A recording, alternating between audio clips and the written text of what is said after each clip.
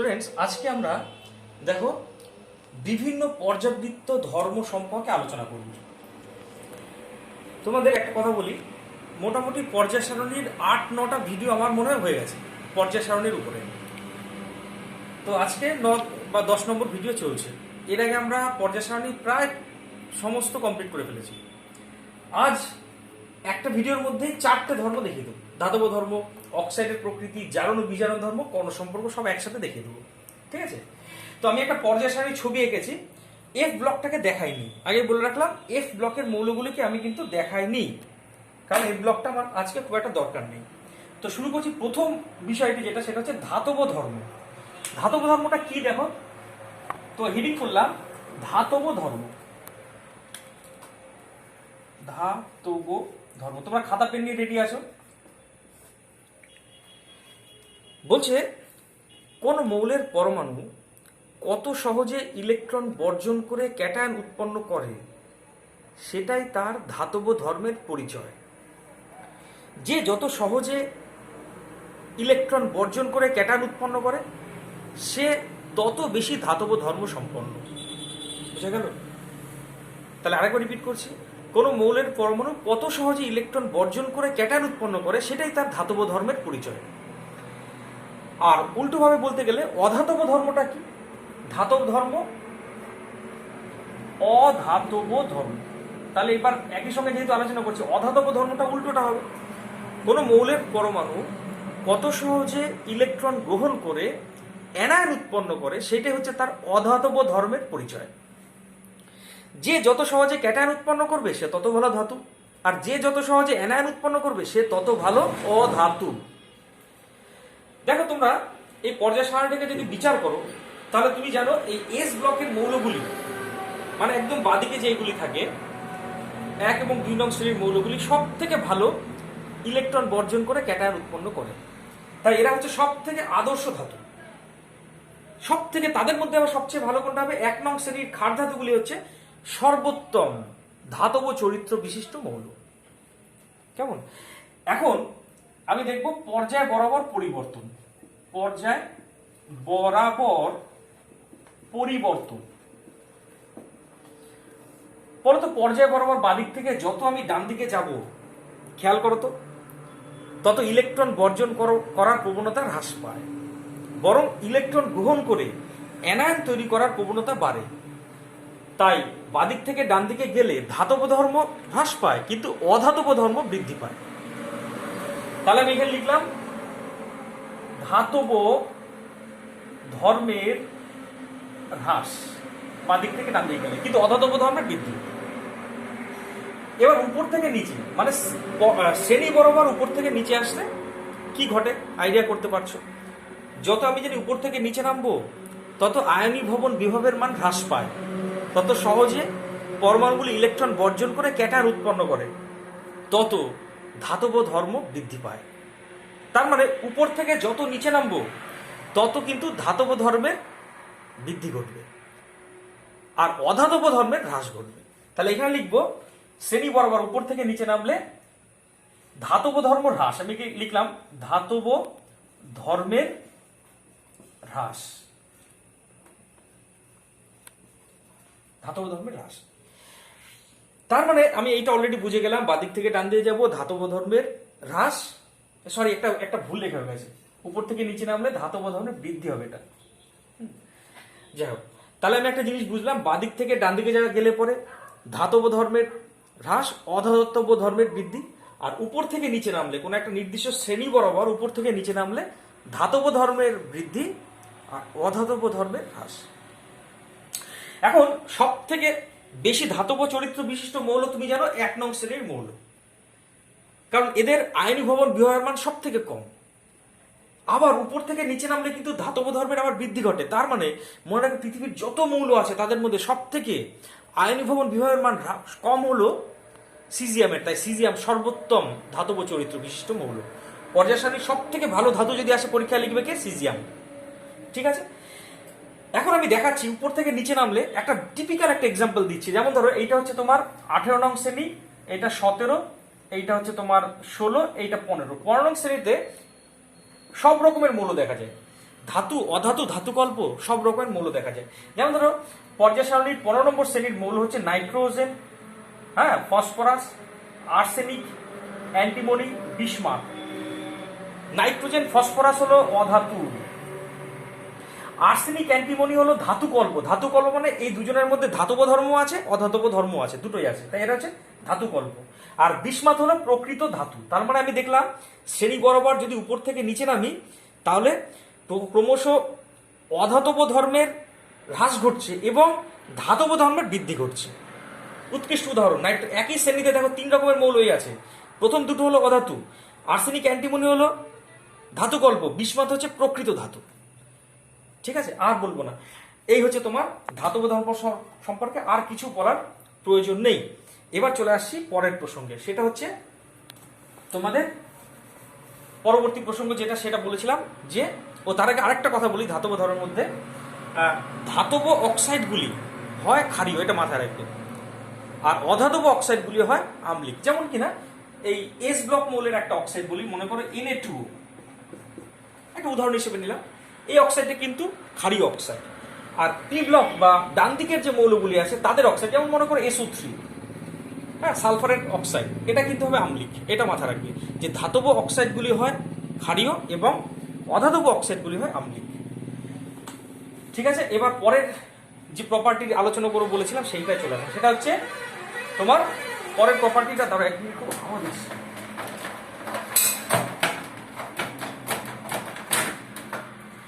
আচ্ছা, পরের যে বৈশিষ্ট্যটা সেটা চলে আসি, সেটা হলো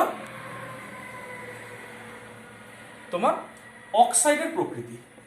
অক্সাইড এর প্রকৃতি, অক্সাইডের প্রকৃতি কিভাবে বিচার করব? যেমন আমি একটু আগে বললাম সোডিয়াম, হ্যাঁ, এর অক্সাইড হচ্ছে ক্ষারীয়। কি করে বিচার করবো? বলছে সোডিয়ামের অক্সাইডকে আগে জলের সাথে বিক্রিয়া করা করে দেখো কি তৈরি হচ্ছে। যদি ক্ষার তৈরি হয় তাহলে এটাকে বলবো ক্ষারীয় অক্সাইড। হ্যাঁ, সোডিয়ামের অক্সাইড জলের সাথে বিক্রিয়া করে 2 অণু NaOH তৈরি করে। এখন আমি জানি সোডিয়াম হাইড্রোক্সাইড একটা খুব শক্তিশালী ক্ষার, তাই একে বলবো তীব্র ক্ষারীয় অক্সাইড। একটু আগে বললাম SO3 হচ্ছে আম্লিক অক্সাইড। কেন? কারণ একে তুমি জলের সাথে বিক্রিয়া করাও, তাহলে H2SO4 তৈরি হচ্ছে। সালফিউরিক অ্যাসিড খুব শক্তিশালী অ্যাসিড, তাই এটাকে হলো তীব্র আম্লিক অক্সাইড। এরকম। তাহলে অক্সাইডের প্রকৃতি যখন বললাম, কোন একটা অক্সাইড আম্লিক কি ক্ষারীয় কি করে বুঝবো? অক্সাইডটির সাথে আগে জলের বিক্রিয়া করাতে হবে। যদি ক্ষার তৈরি হয় তাহলে অক্সাইডকে বলবো ক্ষারীয় অক্সাইড, আর যদি অ্যাসিড তৈরি করে তাহলে অক্সাইডকে বলবো আম্লিক অক্সাইড। এই হচ্ছে ব্যাপারটা। এবার আমি দেখবো পর্যায়গত পরিবর্তন এবং শ্রেণীগত পরিবর্তন। মানে তুমি বাদিক থেকে ডান দিয়ে গেলে পরে অক্সাইডগুলির চরিত্রের কিরকম পরিবর্তন ঘটে দেখবো। একটা উদাহরণ দিয়ে বলি, মনে করো তুমি তৃতীয় পর্যায়কে বেছে নিলে, মানে 1, 2, 3, তুমি এই পর্যায়টাকে বেছে নিয়েছো। এখানে কে কে আছে তুমি জানো ভালোই, সোডিয়াম, হ্যাঁ, magnesium, aluminium, silicon, phosphorus, sulphur, chlorine. এরপরে আছে হিলিয়াম, নিয়ন, আর্গন। এটা আমার বিবেচনার মধ্যে আসবে না, ঠিক আছে। এই হচ্ছে মৌলগুলো আছে, এই মৌলগুলিকে আমি নিলাম তৃতীয় পর্যায় বলে লিখলাম। তৃতীয় পর্যায় এই মৌলের অক্সাইডগুলি দেখবো। তাহলে আমি একটা লিস্ট বানাচ্ছি মৌলগুলি নিয়ে, ঠিক আছে? লিস্টটা এইভাবে বানাচ্ছি।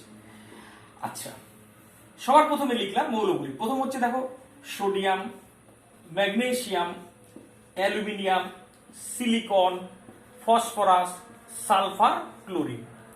এবার দেখবো এদের অক্সাইডগুলি। হ্যাঁ, অক্সাইডগুলিকে দেখছি। দেখো এদের প্রথম যে অক্সাইডটি হলো সোডিয়ামের অক্সাইড Na2O, ম্যাগনেসিয়ামের অক্সাইড হচ্ছে MgO, অ্যালুমিনিয়ামের অক্সাইড Al2O3, সিলিকনের অক্সাইড হচ্ছে SiO2 সিলিকা, ফসফরাসের অক্সাইড P2O5, সালফারের অক্সাইড SO3, ক্লোরিনের অক্সাইড Cl2O7।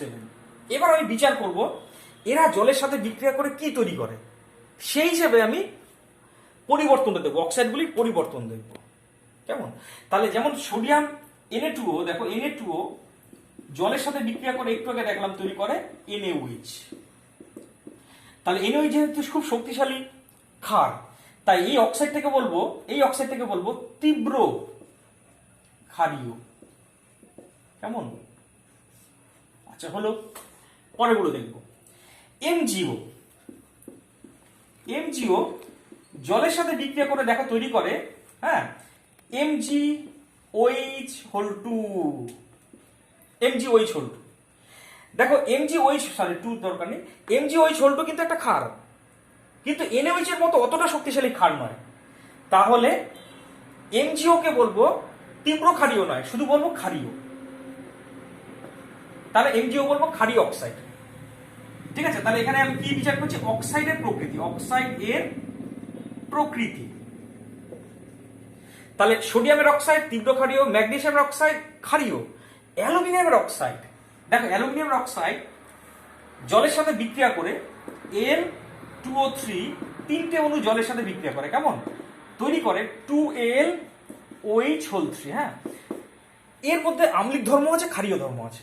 তাই Al2O3 কে বলবো উভধর্মী অক্সাইড, উভধর্মী অক্সাইড, না অ্যাসিড না ক্ষার।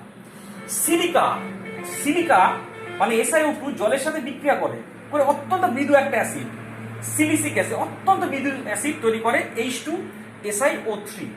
এটা খুবই মৃদু অ্যাসিড, তাই এটাকে বলবো অতি মৃদু আম্লিক অক্সাইড, অতি মৃদু আম্লিক। লেখাগুলো বুঝবে, আমি মুখেও বলছি, খেয়াল করো, তোমরা এবার নোট ডাউন করবে। তাহলে SiO2 যেহেতু জলের সাথে বিক্রিয়া করে অত্যন্ত মৃদু অ্যাসিড তৈরি করে, তাই SiO2 কে বলবো অতি মৃদু আম্লিক অক্সাইড। এবার আসি পরেরটা, P2O5। দেখো P2O5 জলের সাথে বিক্রিয়া করে করে ফসফরিক অ্যাসিড তৈরি করে H3PO4। এর কিন্তু একটা মৃদু অ্যাসিড, তবে এর থেকে শক্তিশালী অ্যাসিড, মানে H2SiO3 যা ছিল তার থেকে শক্তিশালী অ্যাসিড। ফসফরিক অ্যাসিড একটা অ্যাসিড অবশ্যই, এর ইউজ আছে, কিন্তু এটাও মৃদু অ্যাসিড। তাহলে এইটাকে বলবো মৃদু আম্লিক অক্সাইড, মৃদু আম্লিক অক্সাইড। এবার আসি SO3। দেখো SO3 এ কিন্তু জলের সাথে বিক্রিয়া করে সালফিউরিক অ্যাসিড তৈরি করে। তুমি জানো নিশ্চয়ই সালফিউরিক অ্যাসিড শক্তিশালী অ্যাসিড, ঠিক আছে? তাহলে যেহেতু সালফিউরিক অ্যাসিড শক্তিশালী অ্যাসিড, তাহলে এটাকে বলবো তীব্র আম্লিক অক্সাইড, তীব্র আম্লিক অক্সাইড। এবার আসি ক্লোরিনের অক্সাইড Cl2O7। এ জলের সাথে বিক্রিয়া করে তৈরি করে দুই অণু HClO4। HClO4 তোমরা জেনে রাখো, এর আগে কখনো শুননি, এর নাম হচ্ছে পারক্লোরিক অ্যাসিড। পৃথিবীতে যত অ্যাসিড আছে তার মধ্যে সব থেকে শক্তিশালী অ্যাসিড হচ্ছে পারক্লোরিক অ্যাসিড, সালফিউরিক অ্যাসিডের থেকেও শক্তিশালী। এই ফার্স্ট জানলে তোমরা, এই অ্যাসিডটা স্ট্রংগেস্ট অ্যামং অল অ্যাসিডস। তাহলে এই যদি খুব শক্তিশালী অ্যাসিড হয়, তাহলে একে বলবো অতি তীব্র আম্লিক অক্সাইড। তাহলে এখানে লিখবো অতি তীব্র আম্লিক অক্সাইড। তাহলে হলোটা কি? যত বাদিক থেকে ডান দিকে যাচ্ছে দেখো তো, তীব্র ক্ষারীয় অক্সাইড, ক্ষারীয় অক্সাইড, উভধর্মী অক্সাইড, অতি মৃদু আম্লিক অক্সাইড, মৃদু আম্লিক অক্সাইড, তীব্র আম্লিক অক্সাইড, অতি তীব্র আম্লিক অক্সাইড। মানে যত বাদিক থেকে ডান দিকে গেলাম, সোডিয়াম, ম্যাগনেসিয়াম, এদের অক্সাইডগুলির প্রবণতা কিভাবে পরিবর্তিত হলো? ক্ষারীয় অক্সাইড থেকে আস্তে আস্তে আম্লিক অক্সাইডের দিকে গেল। তাহলে আমি লিখতেই পারি অক্সাইডের প্রকৃতি পর্যায় বরাবর। এখানে লিখলাম পর্যায় বরাবর। তাহলে কি লিখবো? অক্সাইড গুলি, হ্যাঁ, ক্ষারীয় থেকে আম্লিক হয়। আমি মুখে বললাম, লেখাটা ঠিক বোঝা যাচ্ছে না?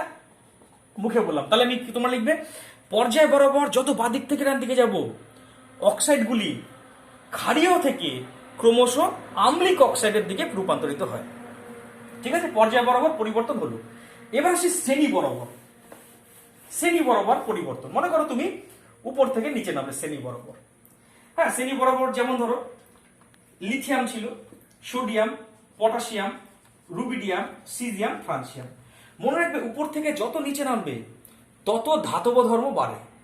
আর ধাতব অক্সাইড মানেই কিন্তু বলেছিলাম ক্ষারীয় অক্সাইড। তাহলে ধাতব চরিত্র যদি বাড়ে, তাহলে ক্ষারীয় ধর্মও বাড়বে। কেমন? আবার রিপিট করছি, উপর থেকে যত নিচে নামবো তত ধাতব চরিত্র বাড়ে। আর ধাতব অক্সাইড মানেই ক্ষারীয় অক্সাইড। তাহলে উপর থেকে নিচে নামলে কিন্তু অক্সাইডগুলির ক্ষারকীয় চরিত্র আরো বৃদ্ধি পাবে। এর কোনো ব্যতিক্রম নেই। তাহলে নিচে এখানে লিখবো কি? শ্রেণী বরাবর। ওইটা ছিল পর্যায় বরাবর, এটা হচ্ছে শ্রেণী বরাবর। শ্রেণী বরাবর কি লিখবো? অক্সাইড গুলির ক্ষারীয় চরিত্র বৃদ্ধি পায়। মাথায় ঢুকলো কি বললাম?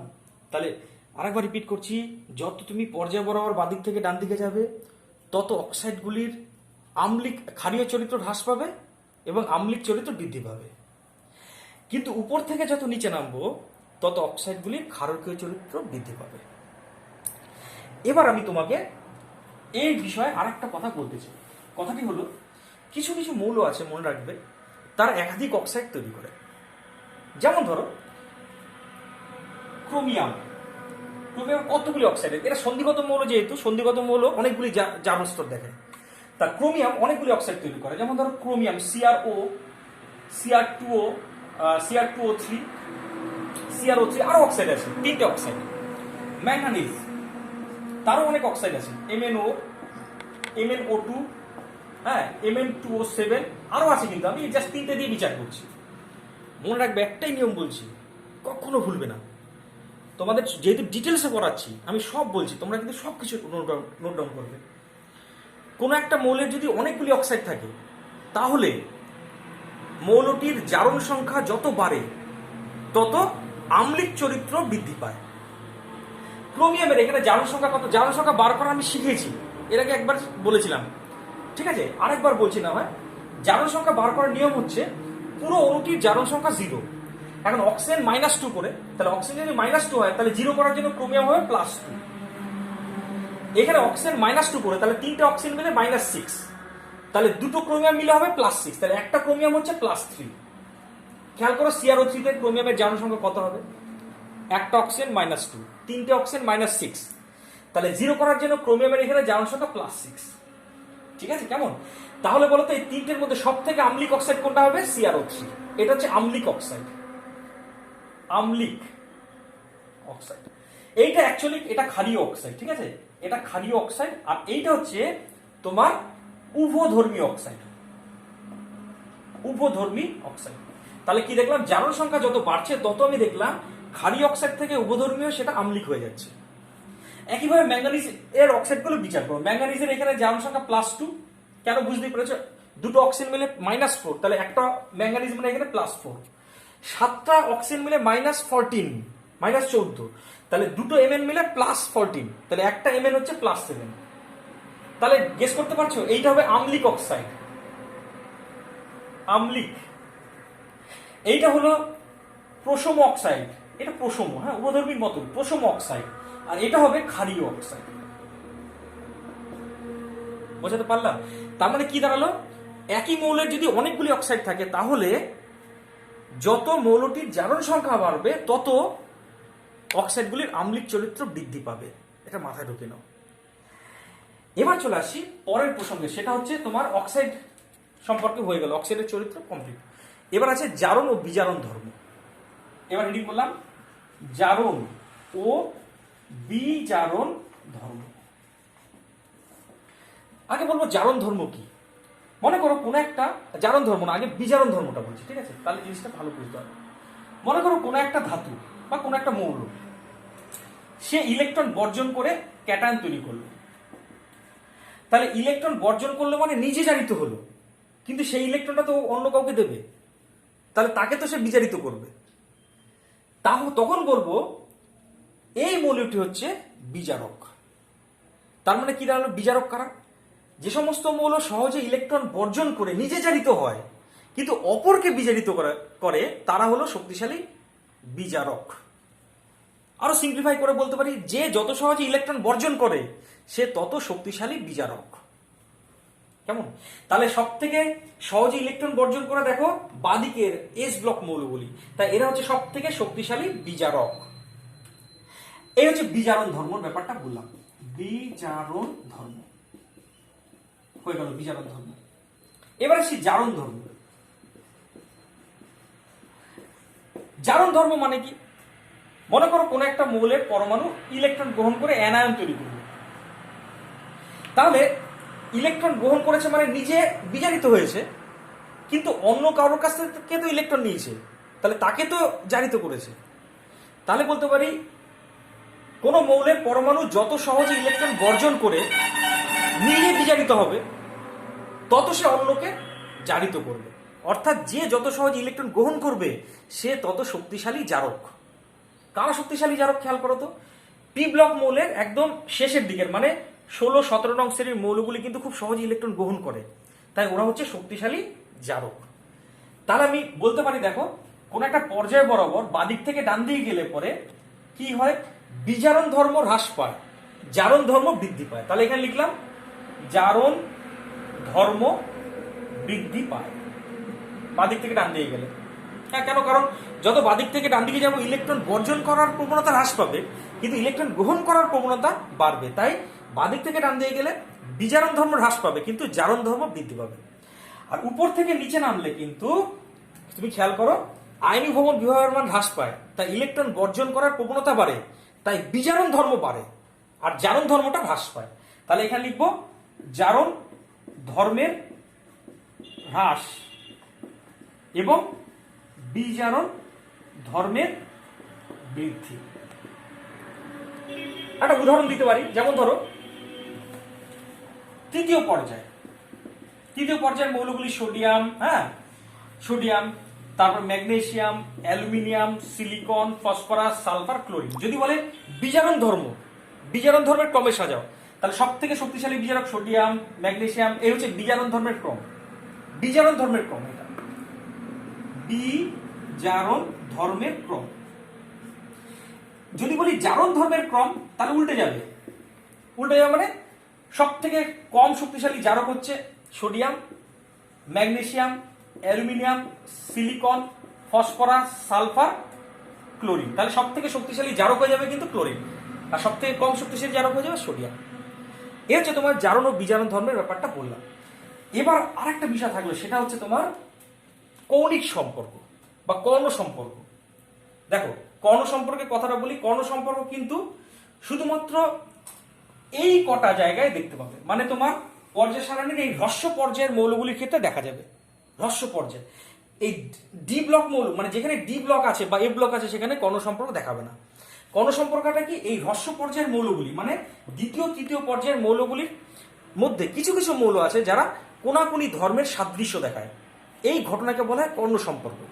যেমন ধরো দ্বিতীয় পর্যায়ের মৌলগুলি লিখছি সোডিয়াম, হ্যাঁ ম্যাগনেসিয়াম, অ্যালুমিনিয়াম, সিলিকন। আর দ্বিতীয় পর্যায়ের মৌল তোমার লিথিয়াম, বেরিলিয়াম, বোরন, কার্বন। লিথিয়ামের সাথে ম্যাগনেসিয়ামের ধর্মের সাদৃশ্য দেখা যায়, বেরিলিয়ামের সাথে অ্যালুমিনিয়ামের সাদৃশ্য দেখা যায়, বোরনের সাথে সিলিকনের ধর্মের সাদৃশ্য দেখা যায়। তাহলে এটা দ্বিতীয় পর্যায়, এটা তৃতীয় পর্যায়। এই ঘটনাকে বলে কর্ণ সম্পর্ক। তাহলে কর্ণ সম্পর্ক কাকে বলে বোঝা গেল? কর্ণ সম্পর্ক কাকে বলে? কর্ণ সম্পর্ক বললাম কি, যে হ্রস্ব পর্যায়ের কিছু কিছু মৌল যারা কোনাকুনি আছে তারা ধর্মের সাদৃশ্য দেখায়, এই ঘটনাকে বলে কর্ণ সম্পর্ক। ঠিক আছে, ব্যাস। এই দেখো দ্বিতীয় তৃতীয় পর্যায়ে লিথিয়ামের সাথে ম্যাগনেসিয়ামের সম্পর্ক